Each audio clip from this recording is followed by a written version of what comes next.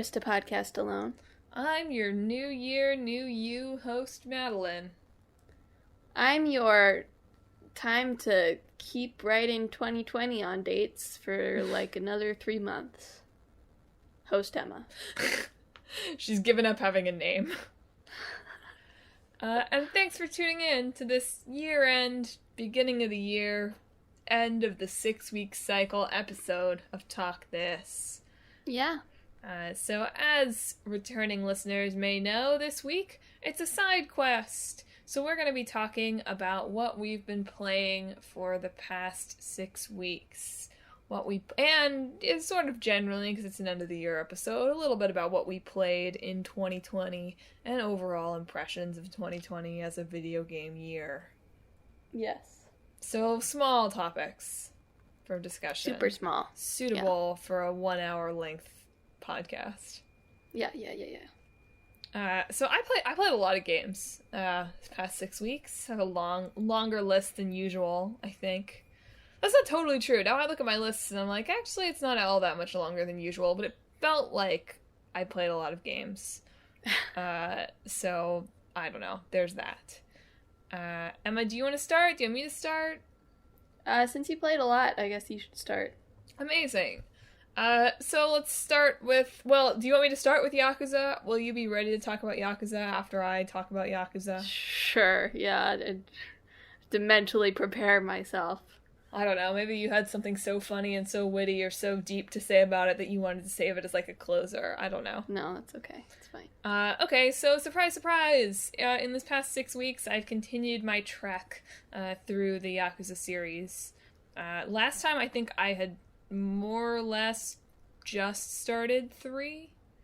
And so this time, I finished Yakuza 3. I did manage to actually take several weeks off.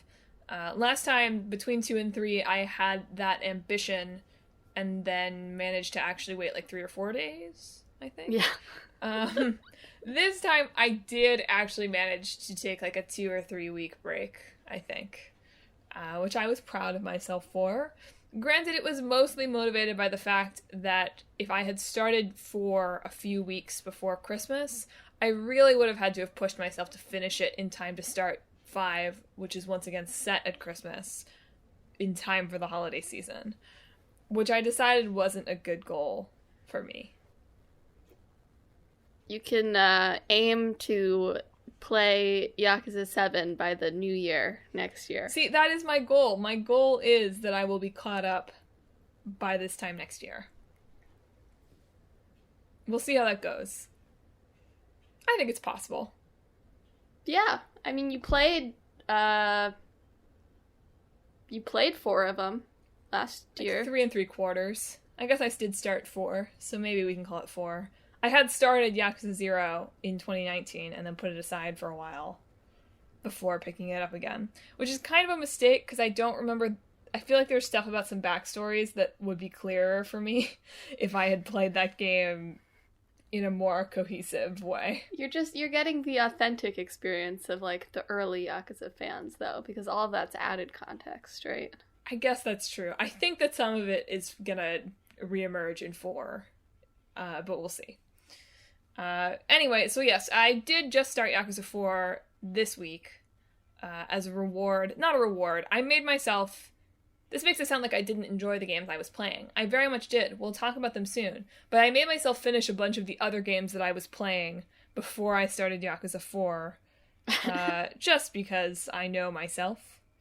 Anyway, last time I think I complained a little bit about the slightly janky PS3 UI.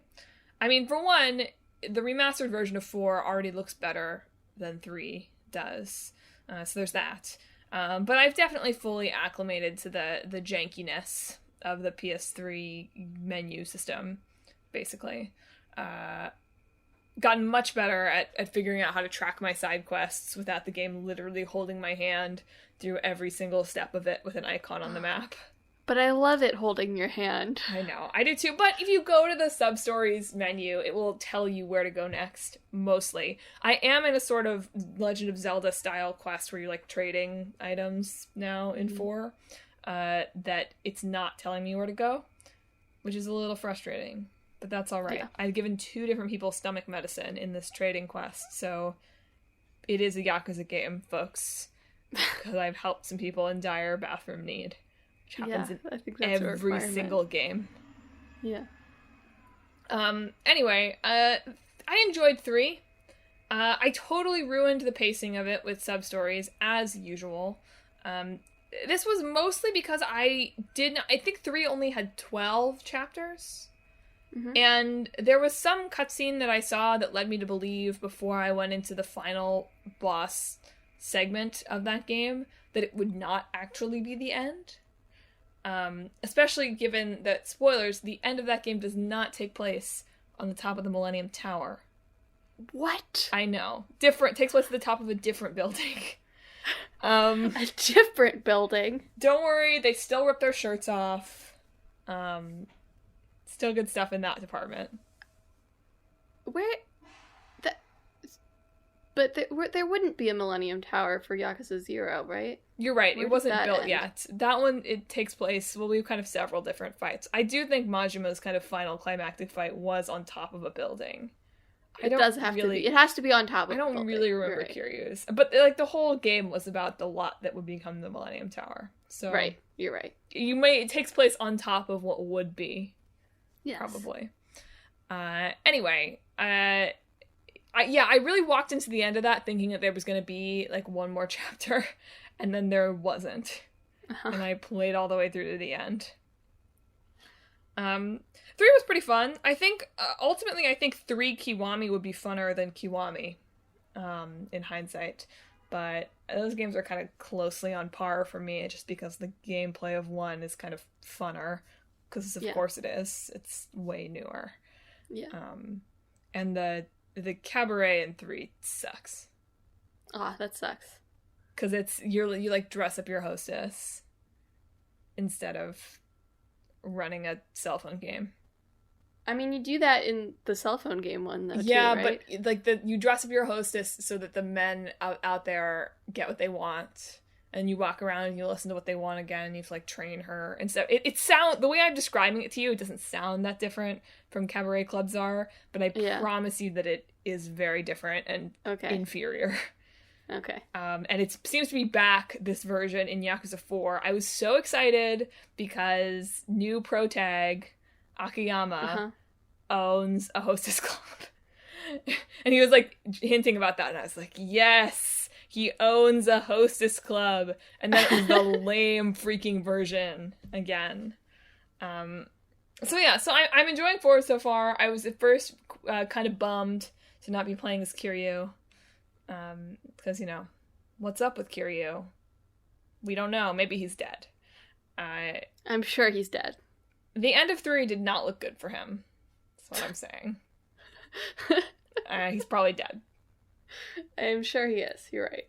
He definitely died. But Akiyama, as, like, weird, benevolent loan shark dude that he is, does make a lot more sense for him to be doing the kind of bizarro side quests that Kiryu just does out of the goodness of his heart. So I will give them points for that. I was like, you know what? That's fun that you've given me a character for whom this actually makes a modicum of sense.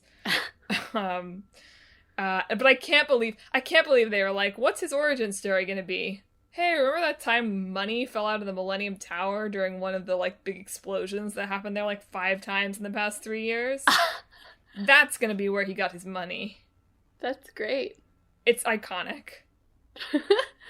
It's tying into the previous lore, It really is. Answering the unanswered questions. What happened to all that money? I mean, apparently it did good things for Kamurocho's people, because he's now giving it out interest-free to everybody in exchange for, like, working at his hostess club, basically. But that sounds a little sketchy, to be honest. He makes them all pass a test. And it seems like a lot of the time that test is becoming a hostess. Interesting. I don't know. Whatever. Who am I to... That would be my test, too, if I was him. He's also a Kicky boy. He's a Kicky boy. He fights entirely with these bizarrely fast kicks. The gameplay of it does not feel especially different at all, but Kicky. He just did Kicky. Kicky. Good. They've name-dropped both Kiryu and Majima in the first 3 chapters, which is how far I've gotten in this one, but neither has appeared. Which is disappointing. Waiting for it. I'm sure they're dead. They're both dead. They won't appear. The ghosts will appear.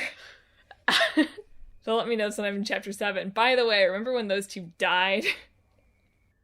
Anyway. Yeah, so right now, my rankings of these games, the games that I've played this year, 0 clearly at the top. It's cliche. It's definitely the best one, though. Then, I think Kiwami 2. And then, for different reasons, 1 and 3 kind of sitting in, like, tied for 3rd place. Yeah. I've been thinking about, like, I feel like I've absorbed most of Yakuza 0 through, like, osmosis. Just memes. Yeah. And I played most of Kiwami a while ago. Yeah. So I'm thinking, I mean, I'm not going to jump into a new Yakuza game yet, but I'm thinking I'm just going to, like, check out what happens at the end of Kiwami, like, on YouTube or something, and dive right into Kiwami 2 if I was to start the games. That's not a bad choice. I would be sad for you to miss out on Yakuza 0, but, you know. Maybe I can go back to it eventually. It just feels like I know so much about it already, you know? Yeah. I mean, once you know Nugget's coming. Yeah. Like, what's the point? What's the point? So that's not bad. But I'm a filthy casual. Because I decided to jump straight into Yakuza 7 first. Which, I will say, I don't think you really need to know very much. It's helpful to know some of the characters. Like, so you can be like, yeah, that guy, whenever they show up. That's most of the joy of this series, is being like, yeah, that guy. Yeah. But in terms of, like, plot development, they give you, like, all the background you really need. There's one character that I think will be weird for you, who I've been helpfully referring to as Mr. Spoiler in my texts to Madelyn. But otherwise it feels very, mostly pretty divorced from previous games. Yeah, it will be weird when Nishida is the ultimate bad guy this time. That's who it is, right? I don't know. Finally, all those years of being forced to defuse bombs he doesn't know how to defuse, and just being a general butt monkey. He finally snaps. My lips are sealed. But I will say, I really, really enjoyed Yakuza Like a Dragon. I played it in the dub. I thought the dub was pretty stellar overall. It has the, like, Judgment was like this too in the dub, where, like, this one was actually slightly better because some of the sub-stories are, like, actual cutscenes more of them are actual cutscenes as opposed to, like, text boxes. But every time, like, you switch to, like, the text box stuff, all their little tiny interjections, not the main characters, but any, like, sub-story characters are in Japanese because they're not dubbed over. And most of the enemies are in Japanese. So that part's a little unfortunate. I assume that's just a matter of, like, more voice acting and coding, probably, that they still don't have the resources for. But I really enjoyed it in the dub. It is very weird to see Dinglish coming out of certain characters' mouths, but I'm not gonna be able to do it. Yeah, I'm sure the Japanese is great too. I just have trouble playing video games. Like, if there's a dub available in video games, I will usually choose it as opposed to the original language, just because it's easier for me. Mm-hmm. But my main impression from Like a Dragon is Ichiban is great. I love Ichiban a lot. All the party members are great. I love them all a lot. And I'm very excited for a follow-up where they know from the get-go that they're going to be doing this turn-based and party system. Because your later 2 party members, it definitely feels like they were like, we should add some party members. Like, I appreciate them being there, but sometimes there are scenes where there's only the relevant people who are present, even though there's more people in your party, right? Which does make it seem like they wrote these scenes before they realized, like, oh, Mr. Spoiler, or whatever, is gonna be here. Because they just mysteriously appear when the battle begins.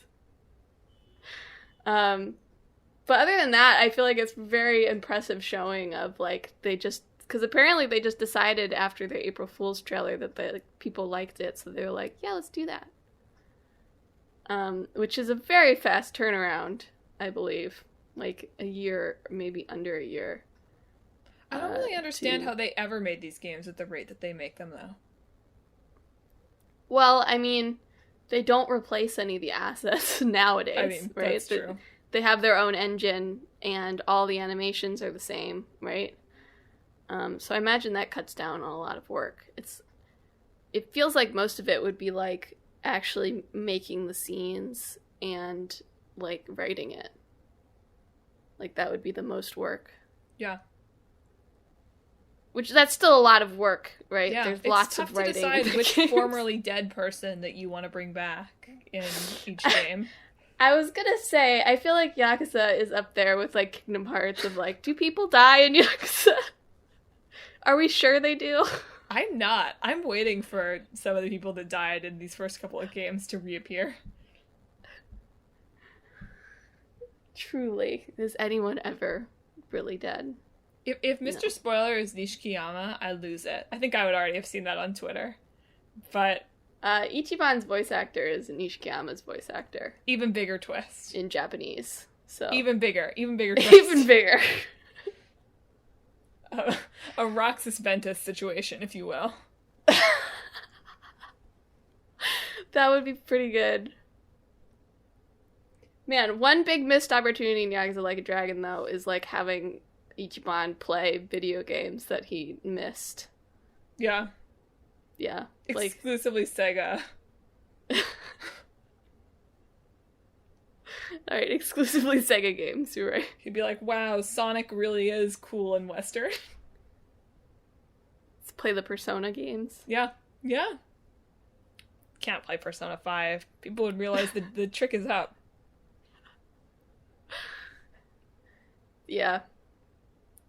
I'm surprised I haven't seen this compared more to Persona 5, actually, because it's got some superficial similarities.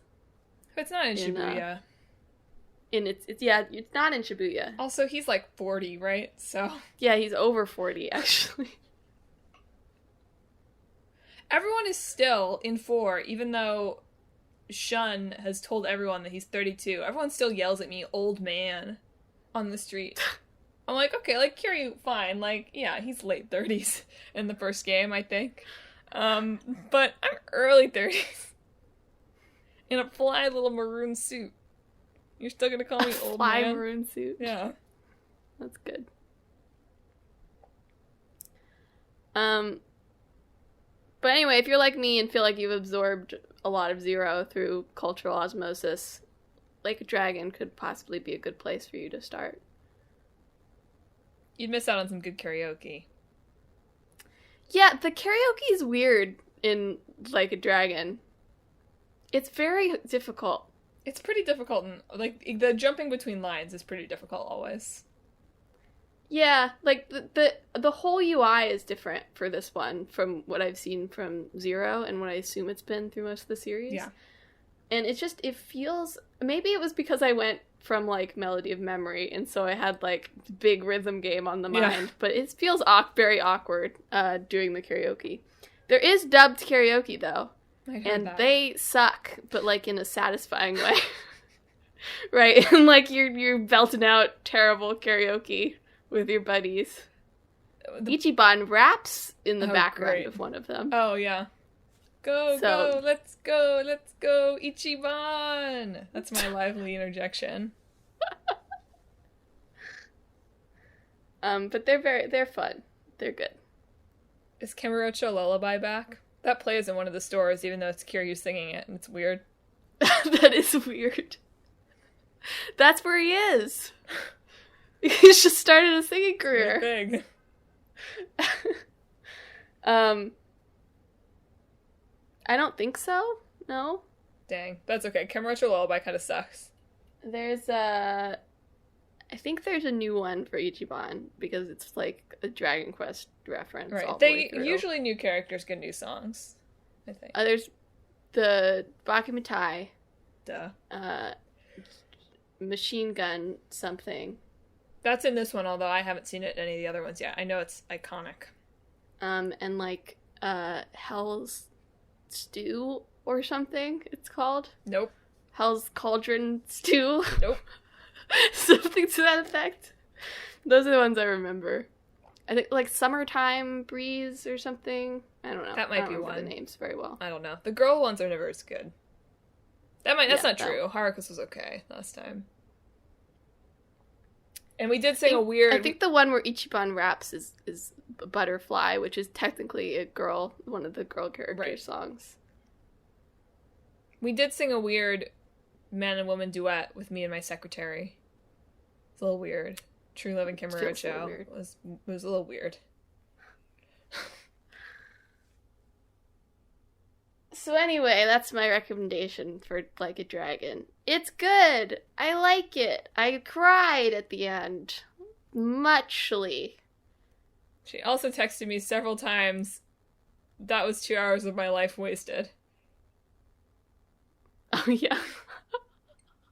There is, I would say, 2 difficulty spikes that are very sudden.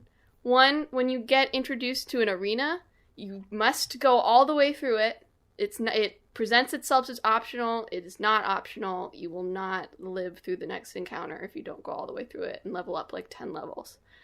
And the other one, I would say, make sure that you put all of your characters in a few different jobs and leveled them up because they get permanent stat increases from having a few levels in different jobs. So just make sure that you've changed them around at least a little bit and gotten them a few extra stats so that they're a little tougher. The second hard fight was like, there was just like 2 fights going on because he just kept hitting the same guy and then I'd bring him back to life and then he'd hit the same guy and then I'd bring him back to life and the other 2 characters just beat up him really slowly and then he died from poison. Look, poison is overpowered. That's my other piece of advice. Look, Undead Kuze, isn't the smartest tool in the shed. The other status effects wear off. Poison never wears off. You are always poisoned. I'm not sure if that's a glitch, honestly, but it doesn't go away. Hot tips with Emma. And that's the Yakuza Roundup, I guess. Yes. I realize I do have more, because I'm going to have to play Judgment, too. Right? So... Judgment's pretty darn unrelated. I know, but I own story-wise. it. Like, I do own Judgment. You do? Oh, you bought it? I did, at some point. I don't really remember buying it, but I did. Just a sleeping impulse as you were buying all the Yakuza No, I games? have a physical copy of Judgment. I think I got it used at GameStop. Interesting. Certainly pre-pandemic. I don't know when. Well, Judgment's very fun, too. So That's the one I'm considering making Click Boyfriend play. We'll see. I also still need to switch to my PS3 and try to buy Dead Souls. Right. Just for the heck of it. Okay, so other things. I went on a real streak of, finishing games this past 6 weeks. So one of these that I did start and finish was Super Monkey Ball Banana Blitz HD. Also known as the Super Monkey Ball where you can jump. Oh, good. Because apparently you can't in the old ones.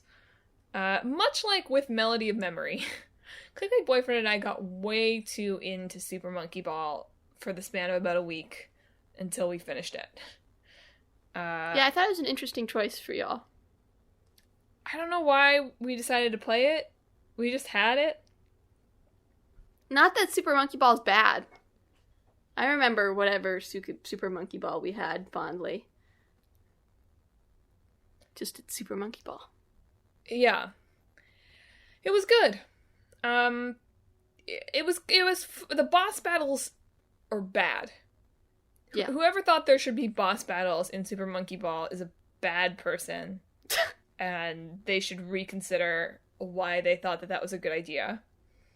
But overall, we had a fun time with it. Like, it was a fun, in our sort of tradition this year of taking these kind of single-player games and handing off the controller. It was a fun game to approach that way. It was definitely fun through... So there are 8 worlds, and then there are 2 bonus worlds. And fortunately, in the HD PS4 version, you don't have to do anything special to unlock Worlds 9 and 10. In the original version of this game, you had to complete Worlds 1 through 8 without using a continue, which, let me tell you, did not happen. Yeah. Not even close. And even, like, World 9 was fun. Like, eventually the things were getting...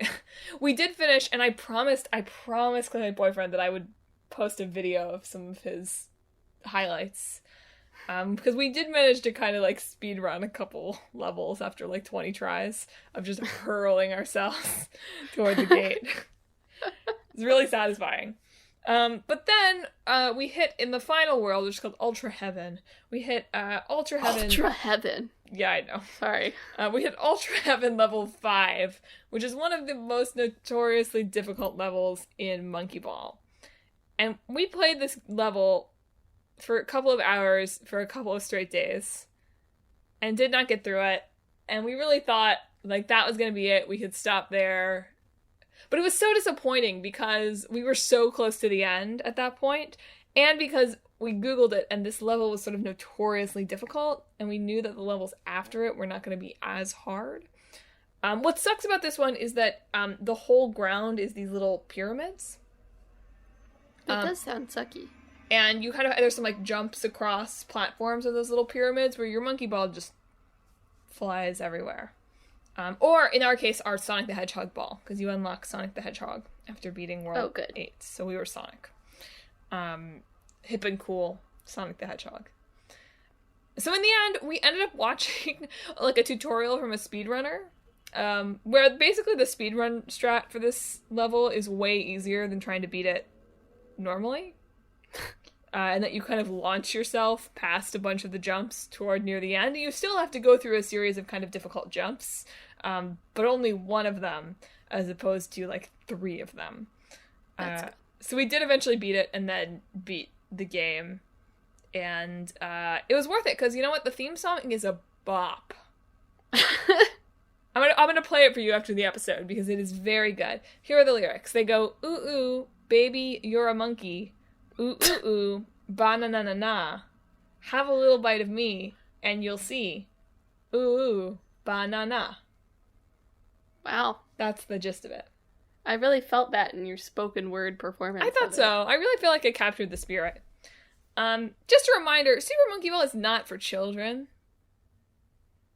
It's for grown-up It's for adults. grown-ups. It's not for baby gamers and their baby hands.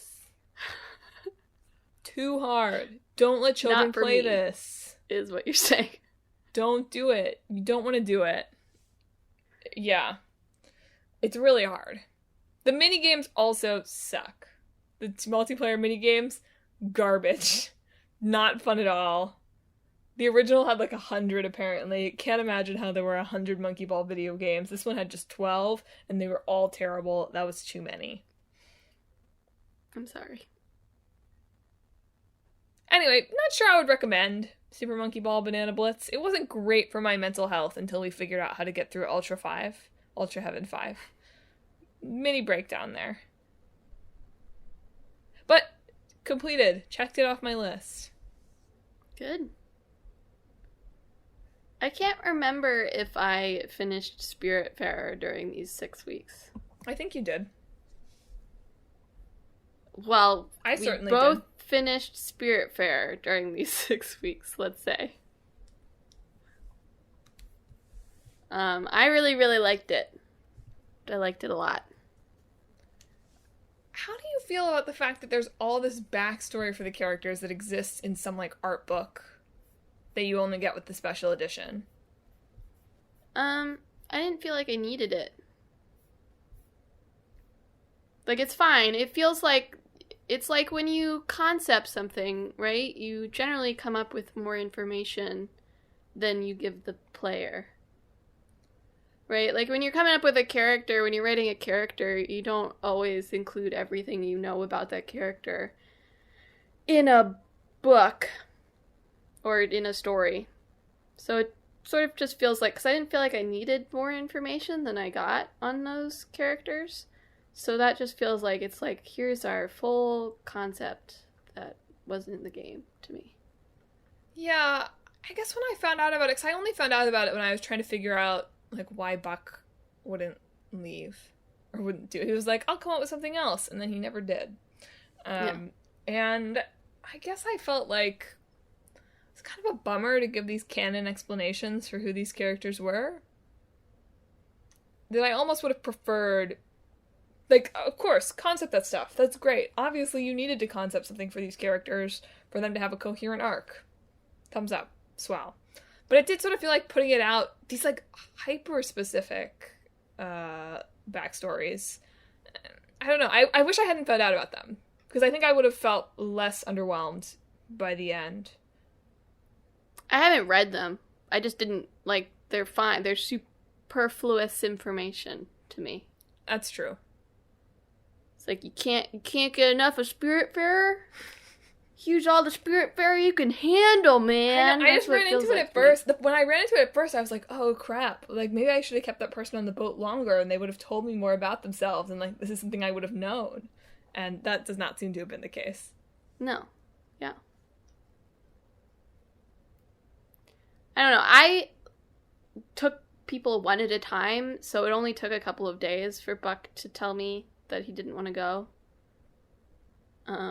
So I didn't run into that same problem as you. I'll admit I was nervous that just by going back to the Everdoor that I would trigger the end. So once I'd kind of gotten the you can go on to the end now scene. Yeah. So I was like, okay, we gotta finish everyone else before we even approach the Red Sea. Just in case it tries to end the game for me. Right. And that's what making, like, a save is for, I guess. That's true. I don't remember if there were saves in that, but continue does put you before you go onto the boat. I was considering for a bit, like, oh, I could get all the trophies for this one, but I was unable to make the dog lady ecstatic, so... Oh, I somehow hit that. I don't know how I did. I think it's because I tried to hug her once. I did too.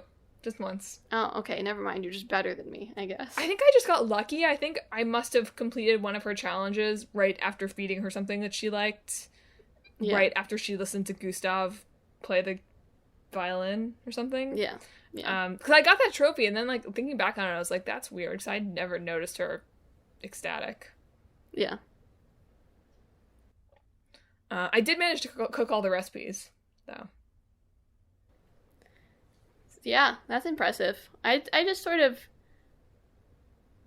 Like, I really liked the sort of arc in the gameplay of, like, being so busy, like, getting busier and busier and busier, and then slowly, like, you don't have to do all those things anymore, right? They're not... Yeah, you have way too much of everything. Yeah.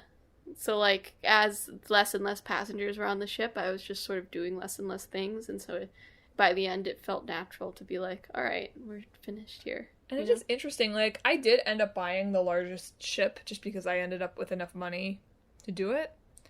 And it's interesting that, like, why would you ever want that? I guess so it's less tall. But in some ways, don't you want it to be tall so that you can get more of the things in those events? Does being tall help that? I guess it does, you're right. It was just interesting to me. Because it's like, not only does it get wider, it gets taller. It's like, has anyone built up their things so much?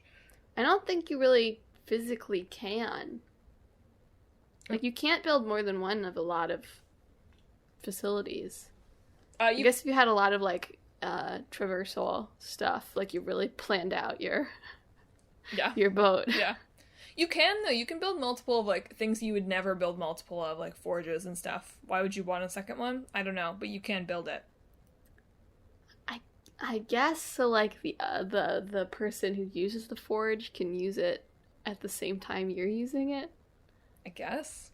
Or you could have them like next to each other and have two different things going on at once and just running between the different. That would be weird. That's way too intense. This game was already like, as we talked about on the episode, which by the way was within the 6 weeks. So I think you definitely beat the game in the 6 weeks. Like, this game is very, very busy and intense for a while in the middle there. And why on earth would you make it even worse by running between two forges? I don't know. Just upgrade the dang forge. Indeed. I did not discover a lot of people's favorite foods. Me neither, really. I found a lot of the foods they liked. Yeah, me too. I was a little outraged that Bucks didn't have anything to do with mushrooms. I looked it up afterwards. Because he goes and collects mushrooms? Yeah, it's like, surely his favorite food should be the fried mushroom, which is in his, like, liked food category. Isn't there any, like, is there some sort of mushroom thing in D&D? Like, I mean, there's anything that you want in D&D. Sure. Pick a thing.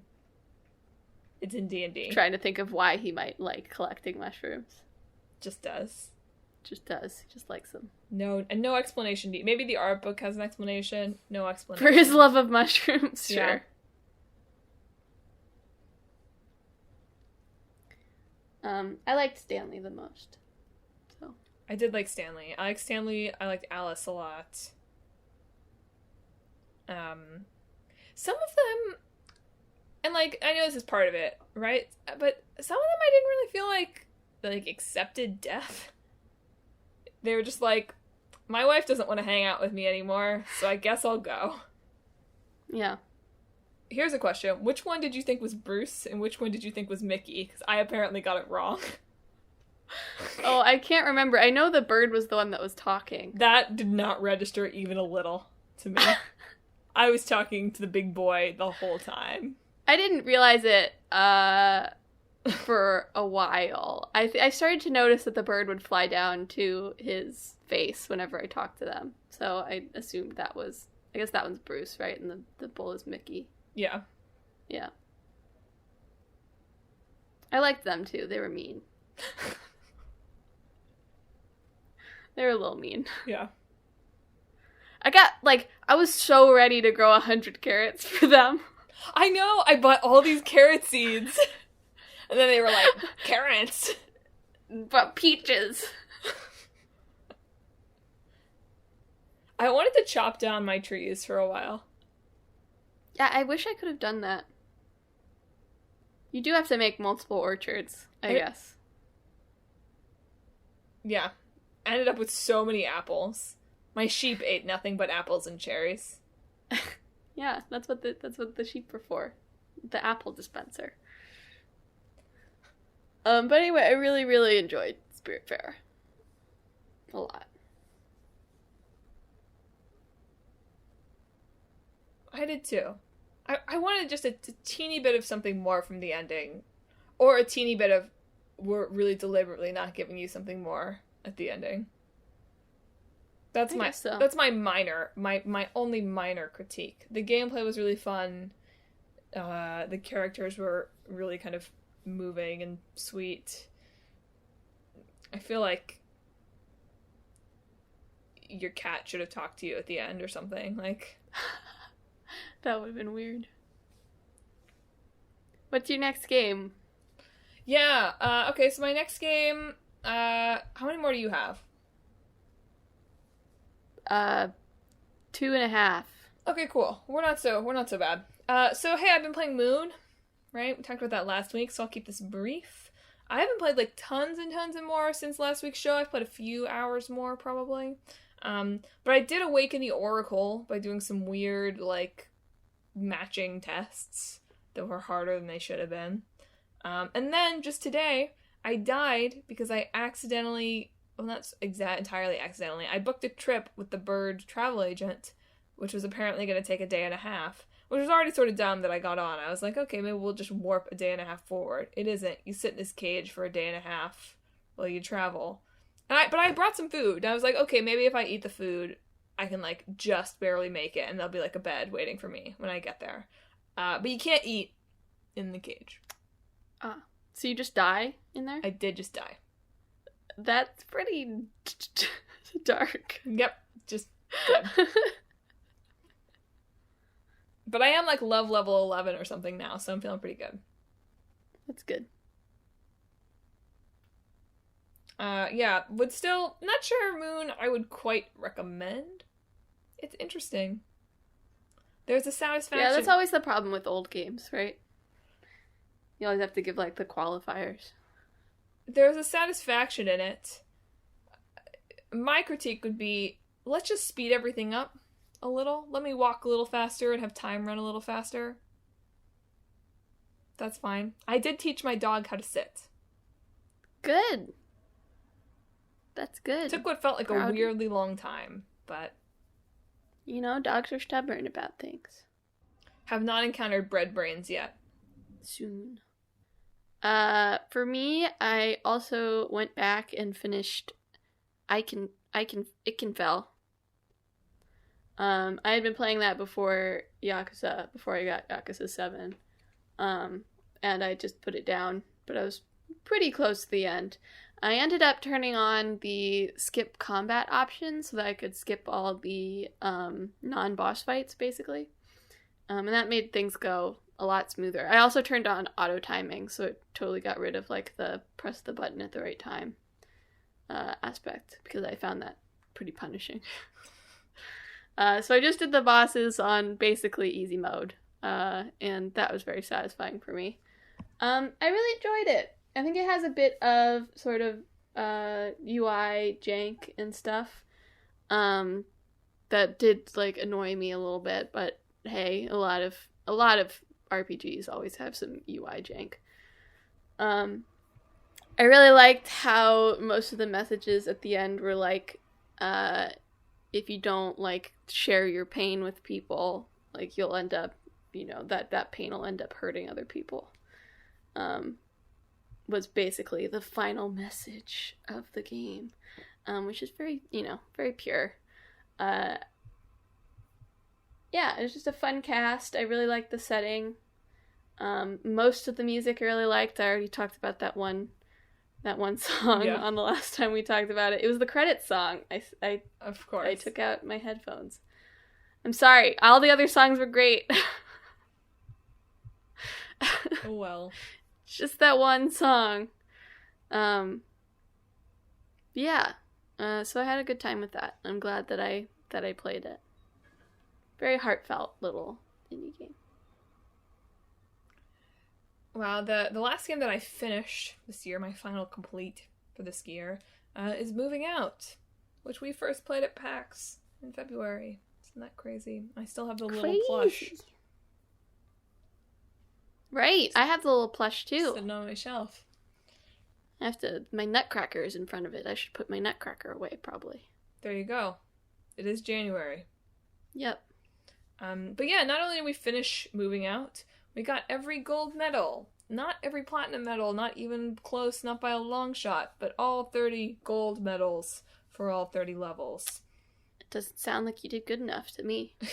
Well, you can take it up with Clickbait Boyfriend. He could walk in a straight line. I'm just kidding. It's me who can't walk in a straight line. So apparently this episode is dedicated to my obsession with finishing these, like, movement puzzle-based games. Apparently. I don't think Moving Out quite hits the highs of Overcooked. I still think Overcooked is probably the superior game. But it's still fun in that kind of, like, you know, yelling at each other kind of way. And you do definitely, like, more so, I think, than in Overcooked. You get better at it over time. Kind of similar to Super Monkey Ball, honestly. Just because there's less... Like, even though there's new things they can throw at you, like, certainly there were, like, kind of... There's fire and more disappearing platforms and gravity things that they threw at you at the end. It's not quite as... It doesn't feel like quite as much of a learning curve as when you get, like, a totally new recipe or new kitchen in Overcooked. I do think that the difficulty of it doesn't, and maybe this is on purpose, but the difficulty of it doesn't perfectly progress from easy to hard. Our last gold medal was actually one, we missed one, we hadn't even realized there was one that we had left on silver from like the first half of the game, because we found it really difficult. But and like the final boss is kind of neat in the game. There's kind of a final boss fight, which I guess you get in Overcooked too, right? Usually there's like the big monster or onion or whatever you're feeding at the end. Right. But still fun. Not sure there's quite as far to go with like moving out 2. Yeah. Although I would be interested, like I guess we played the game with 4 people at PAX, and there were no 4-person moving objects. Yeah. But that is the one thing I'd be like, oh, that would make it kind of neat if there was stuff that was really required for that. But it was a lot of fun. I recommend it if you think that your quarantine relationship with whoever can survive it. Mine did. So if you feel secure enough that you can do one of these kinds of games after 9 months of close contact with whoever it is, you might as well. It was pretty fun. But I'd probably recommend getting the definitive Overcooked edition that's coming first. Yeah.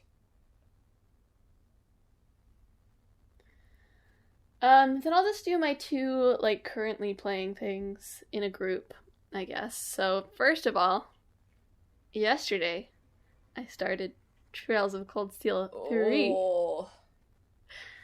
You know what, like, I complain about these games, but I like them. I enjoy playing them, right? Rean is a teacher now. He's got glasses. He's done some war crimes. Oh, good. He's ready to teach the next generation. Ideal. I'm still not sure what the glasses are for. Like, he puts them on and then, like, but he doesn't wear them in battle? Because I was initially thinking, like, maybe it's, like, suppressing, like, his red eye form or whatever, but he takes them off when he's fighting things. So maybe he just thinks it makes him look like more of an adult. Maybe. One of his students told him they looked ugly on him. So rude. Like, are those glasses fake? I think you should take them off. Which I got some satisfaction from. It's fine so far. It's more Trails of Cold Steel. It's basically like all of the main cast from 1 and 2, except for Rean, are not here right now. I don't really know how big of a role they're going to play, or if it'll be mostly focused on all of Rean's students now. They have a full animated intro now. Wow. They've upgraded it. It used to just be like sort of like moving pictures, I guess. Like they would take sprites and like move them more than they usually would. But now it's full anime. So they've really gone up in the world. Seriously. But I'm sure I will have plenty more thoughts. Oh, I'm sure. My main thought right now is the UI is much smaller. Oh, no. I have to look closer on the TV to figure out what I'm doing. That's my main thought at the moment. So look forward to that. Or not, I guess. The other game I'm playing right now is like a visual novel like adventure game called Buried Stars, which I saw pitched on Twitter as like a Danganronpa-like. Okay. So basically, it's a Korean visual novel. So you're Do-Yoon Han, I think is his name, and you're a contestant on this show called Buried Stars in the final. So like the final performance sort of is going on and voting is happening, and then suddenly there's like an earthquake and the building basically collapses, trapping you and the other contestants in like the stage area, but it could come down like at any moment. Sure. So that's sort of like the basic concept, and then things sort of unravel from there in various ways. There's a lot of focus on like social media stuff happening, because for some reason you find out that nobody's turned off, like, the voting after this accident, so everybody is still receiving votes. Oh, funky. And so, like, the only way you can, like, interact with your fans at this point is, like, through Fater is what it's called. It's basically Twitter. So there's both the idea of surviving this situation, but also wanting to survive the audition once things are over, in order to gain all the fame and success that comes from that. Yikes. Right? Yeah, so it's like a mixture of those two things. I'm really enjoying it. The presentation's really slick. I really like how social media is playing into it. The characters are fun. It has a not great localization. Some of it might be the original script, but I'm pretty certain a large part of it is the translation. Just because, like, there's a lot of, like, passive voice, which I'm wondering if it's just, like, translating directly from Korean. I don't really know how Korean sentence structure works, but, like, Japanese is, like, backwards from English, and it sort of feels like it's been directly translated like that, as opposed to rearranged into something that someone would actually say in English. So it gets a little confusing to read at times, but it's not enough to, like, totally derail any enjoyment from it. So, yeah. I got to the first ending yesterday, and now I'm on a new branching path. So, we'll see what will happen. Well, finally, Emma and I played a bunch of family fun games over the holidays. Oh yeah, we did, I guess. Played some Fall Guys. I forgot about that. Yeah, we played some New Fall levels Guys of for fun. the winter stages are super fun. They are. I dig them. Yeah. Love the Katamari-like. Yeah. So did a little of that. Played some Tabletop Simulator for the Family Sorry tournament. Yeah. Works better than I thought it would. That worked better than I thought it would. I think it helps that Sorry is, like, a super simple game. I think if we were playing something more complicated where people had to remember, like, how to put things in and out of their hand, for instance, we might have had more of a problem. Yes. There was a lot of grabbing the entire deck. Yeah. Or, like, putting something on the card and then turning it over, and yeah, like, whoever was the tech-savvy person in that game having to fix it. Yeah, the main challenge in Sorry is just making sure you grab one card instead of the whole deck. Yes, and that you don't accidentally, like, flip the discard pile when you put the card down. Yes, exactly. But it worked well. If you're looking to play Sorry, Tabletop Simulator, do a good job for you. And flipping the table is weirdly weird. Yep. And then finally, we played some Among Us, which I also thought, I get the hype. I had not actually played Among Us because I don't have 8 friends. Yeah. Or I certainly don't have 8 friends who would understand what Among Us is. That's not true. Everyone knows what Among Us is now. But anyway. 8 friends you'd want to play Among Us with. How about that? Yeah, like 8 friends who would all know each other enough. Yeah. Anyway. So that was my first time playing it, and I get the hype. It was fun. Yeah. And, like, fun for everyone, seemingly. I feel like everyone playing it figured out how to play it. Yeah, I mean, it's a pretty simple concept once you get it. It's basically just, like, Mafia. Yeah. Right? Or Werewolf or whatever. Yeah. I did the next day, just coincidentally, we played with Clickbait Boyfriend's family. Just out of nowhere, it just happened. And that was with 4 players. I would not recommend that. Yeah, that seems like too few. It is the minimum Very number to short play. games either way. The problem was that you never find the body before the second person is dead. At which point the game is over. That makes sense, yeah. So, yeah, it does feel like if they're going to even offer 4-player, that they should offer, like, a half-size map. Because it's just way too big. Theoretically, you could turn the kill cooldown way up, I think. I guess that's true. But then it's like like... especially if you have one imposter, if you could put, like, 2 minutes I don't know if you can put it that high, but that would be ideal, probably. So that's fair, but still, the odds of, like, what was really fun about playing with, like, 8 people or whatever we had, right, was that, you know, you actually had a chance of seeing somebody come from killing someone. Yeah. Which, like, this one, I feel like with 4, even if you were to turn it up to 2 minutes, like, you would find a body and it'd be like, you know, so cold that you wouldn't have any idea. Yeah. And I guess I played some Jackbox games with my work holiday party, which was also fun. Busy. Social bee. Yeah, it's the most playing games with other people that I've played in a very long time. Yeah. Exhausting.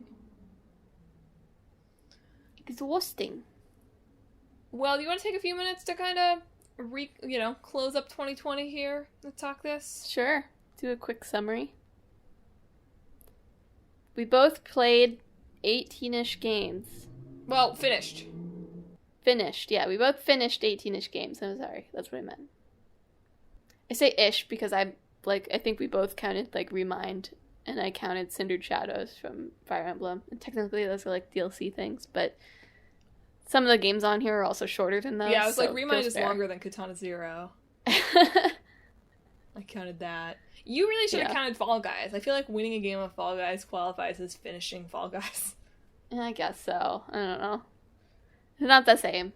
And it's like, technically I did roll credits on Animal Crossing. Yeah, I guess me too, technically. Which I didn't count, because you don't finish Animal Crossing. Exactly. But I played a lot of games I really enjoyed this year, too. Yeah, looking at my list, there was really nothing that I finished that I wouldn't at least conditionally recommend. Yeah. Yeah. Like, I did finish a couple of kind of notes. I finished a lot of games, not a lot, but some games that had been in my backlog forever. Right, so it feels like a million years ago, but I finished Nier Automata, right, which I've been playing for like 2 years at that point. Yeah. That's not true, but it's a little true. And Yakuza 0 had been sitting unplayed for months at least. I'd wanted to play Link's Awakening for a while. I feel like I'd had Indivisible for a while. So there's a bunch of stuff. There's still a lot of stuff sitting in my backlog. I gotta finish Portal one of these days. Then I just haven't gotten there. But this did feel like the first time ever that I played or was exposed to a lot of very current games. Yeah, I think the majority of the games I finished were ones that came out this year. So it's like, it's weird that I played Animal Crossing and I finished Final Fantasy VII Remake and of course I played the Kingdom Hearts games when they came out, right? Like, duh. But, I didn't play any Hades. I'm still considering playing a little bit of Hades early in 2021, but I did watch Clickbait Boyfriend. I intensely watched him play probably 30 hours of it, and then sort of watched him play about an additional 40 to 50. So, I do feel like I didn't play Hades. I could describe to you everything about Hades. I want to go back to play more Hades, but man, there are so many games. That's the problem. I mean, I counted that as finished, but I know there's a lot of stuff that I didn't see because I basically rolled credits and then have been playing other games since then. That's fine, though. I feel like that's a lot farther than a lot of people seem to have gotten who've been playing for a really long time. Sure, yeah. Speaking of a lot of games, I did go back and I counted to see how I did on my Talk This Challenge of having played at least one game from each podcast. And here's where I failed. So just recently I failed in our Ghost Runner episode. Yeah. Because I felt like by playing Mirror's Edge I had gotten the idea and I didn't want to spend $30 on a game that I didn't think I was going to enjoy. Yeah. As I've mentioned, like, every time we talk about this, I didn't play the week that Valorant was our new game because they were not playable for me. That's the only one that I feel like I gotta buy on because I couldn't play them. I didn't play Zero Escape or Man-Eater that week. My sort of excuse was that was the week that we were home. So I had a little bit less opportunity. I certainly could have. Man-Eater, now the PS5 free game. coming up. And then there were a couple I'd forgotten. I didn't play either Dead Space or Jedi Fallen Order. Right. I think that I was thwarted by very slow PS3 downloads that week. I sort of remember trying to download the Dead Space demo, and yeah, I think I remember it didn't that happen. And then finally, way in January, maybe this was before I made the pledge, but I didn't play Destroy All Humans or Judgment. Right. Yeah. Now, I do feel like the fact that I've played just a metric ton of Yakuza and didn't want to spoil myself excuses me a little bit. But, yeah. 4 out of 26 I missed. Pretty good. Not too bad. Not the worst. Not the worst. That's like a solid B. My resolution for the upcoming year is to go back to all the games I got in the Black Lives Matter bundle from Itch, and start playing through those again. Because I really enjoyed playing a couple of those. I've just been a little distracted from trying those out. Yeah. Well, I remembered in looking at my games that I bought the Ace Attorney trilogy at some point when it was on sale early in the pandemic. Oh yeah, I remember you doing that. So I'll either do that alone. It feels like the kind of game that could be another one that I play with Clickbait Boyfriend. So we'll see if I can talk him into that. You know, I'm eagerly awaiting the announcement of a new Kingdom Hearts game to look forward to. Despite like talking on every podcast this month about how people shouldn't announce games before they're ready, I would like for them to announce a new Kingdom Hearts game for me. And I'm ready for Neo, The World Ends With You. I mean, that's what I was going to say, is like, other than The World Ends With You, which I saw a website referred to as a prequel the other day, and I was like, oh, okay. How do they think it's a prequel, though? They think because Sho is a player. They haven't played the new Switch scenario. It was not a particularly Also, they have smartphones. Like, how is it a prequel if they have smartphones? Look, I agree. I was shocked by it, and I wanted to run it by you to make sure I wasn't being an idiot. No, I think that's dumb. That's a dumb assessment. Good. Glad to hear it. Yeah. But yeah, waiting for the announcement of Dream Drop Distance 2 with Riku in Quadratum and Kairi in the Disney Worlds. That would be fun. That's my pitch. I like that pitch. It's good. I'm going to finish God of War this year. How about that? Oh my gosh. Nice. That can be a goal. I bought Kentucky Route Zero at some point too. I'm going to play that. Yeah. Yeah, by the end of the year, you got it. Yeah. Yeah, it's hard to try to resolve to play more games in 2021. I think 18 is pretty good. I do too. But it's also at the same time it's a little bit alarming.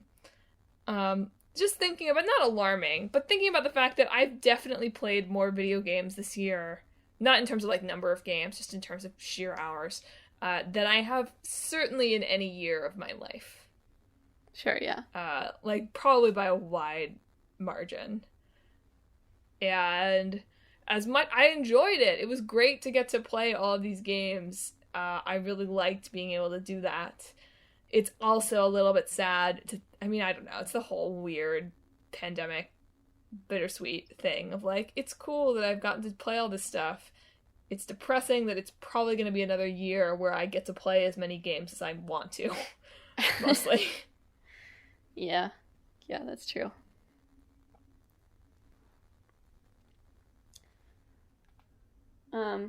I guess I want to try to play some more shorter games. Yeah, me too. Next year, too. Because I think a lot of the ones I finished were pretty long. I mean, there are definitely some short games in here, but, like, I played 2 Trails of Cold Steel games. I will probably play 2 this year. So, putting that aside. I know. Like, I also like Final Fantasy VII and Tokyo Mirage Sessions and The Last of Us 2 and Yakuza. I played some long games this year. Yeah. I played some shorter games. That would be good too. Those are all my resolutions for the upcoming year. I resolved to maybe send my Switch remotes in to Nintendo again. That's a good one. And I played Ring Fit for the first time today in a while. Wow. Look at you. Trying to get back at it. I walk my dog regularly now, so I can't imagine doing Ring Fit on top of that. That's the first time you've mentioned your dog on the podcast. I don't think so. Maybe directly. I think I've said, like, if you hear noises, it's the creature in my home. Everyone assumed those were the spiders. I don't have spiders. I have centipedes. Never mind. I take it back. Emma's pet centipede is doing well. Don't even joke about that. I'm sorry. I take it back. Folks, thanks for listening to another episode of Talk This. It's dangerous to podcast alone. Can you believe it? We're coming up on the 4th anniversary of Talk This podcast. Yeah. I think we missed our 200th episode. Like, overall? Yeah. Yeah, probably. I think it was sometime last month. That's okay. So, hey, it's been over 200 episodes of the show. We're coming up on year 5. Isn't that wild? Pretty wild. I think it's been the best year of the podcast yet, in terms of good discussions. Yeah, I think we've been pretty good this year, overall. There were so many qualifiers in that sentence from Emma. We always have some weaker episodes here and there, but I feel like we have had stronger discussions, generally. So hey, stick with us as we level up to Talk This 5, like a podcast. Like a podcast. Or Talk This. I guess It's Dangerous to Podcast Alone is already the subtitle. Yeah. Talk This, Talk This. It's Yeah. dangerous to podcast alone. If you like the show, you should follow us on social media. We are on Facebook, Twitter, Instagram, and YouTube at Talk This Podcast. Drop us a line if you think that Talk This Instagram should come back for 2021. And what that would be. You can take care of that if you want. I don't really know what it would be, other than me posting all of my clickbait boyfriend memes. You could do that if you wanted to. I appreciate the permission. If you want to see those memes, you should go to the website, www.talkthispodcast.com, where you can read all about the show, see the games that are in the hat that we really ought to refresh for 2021, and check out the blog, where you can see long-running series, Clickbait Boyfriend, where my boyfriend is playing the Kingdom Hearts series. That's going to wrap up soon, though. We've got 2 more editions of Melody of Memory, I think, and then it's going to have to be Clickbait Boyfriend plays something else. So Scary. It is. It's a brand new world here in 2021. Just kidding. I do have notes on him playing another Nomura property that will probably be the next one. So get ready for that. You can probably guess what it is. And also Split Screen, another new frontier, where we're watching Coffee Prince and My Hero Academia. But we do need recommendations for the next level of Split Screen. Because even though I think the blog is a few episodes behind this, we only have a couple episodes left of each of those shows. So if you have if you have nice, tight 13-episode animes you want to recommend, or however long you want K-dramas or J-dramas, hit us up. I also, either yesterday or today or tomorrow, will have another blog up. I'm trying to write more standalone blogs this year. It's a resolution of mine. So, hopefully the blog gets some more, gaming takes. Isn't that what you come to Talk This for? And finally, most importantly, if you like the show, you should subscribe. We are on Apple Podcasts, Google Podcasts, Stitcher, TuneIn, Spotify, Pandora Podcasts online and on the app, Overcast, Pocket Casts, anywhere you can find podcasts. You can find Talk This. Next time, it's Carrion and Tony Hawk Pro Skater. I got it. Yeah. I said it in the wrong order. It's not the new Pro Skater. It's the old Pro Skater. Yes. But I did remember. So look forward to that. The only reason I remembered is because I thought we didn't pick games. Yeah. I gotta make sure to change the games in the hat for next time. I'll hold you to it. Throwing that out there. You hear me, Editor Emma? You could do it right now. You probably won't, but you could. Well, listeners, thanks for tuning in for this, year-end, beginning of year combo episode. Emma, do you wanna sign us off? This year, I hope that you level up in your life. Say it with a little less conviction. This year, I hope that you level up in your life.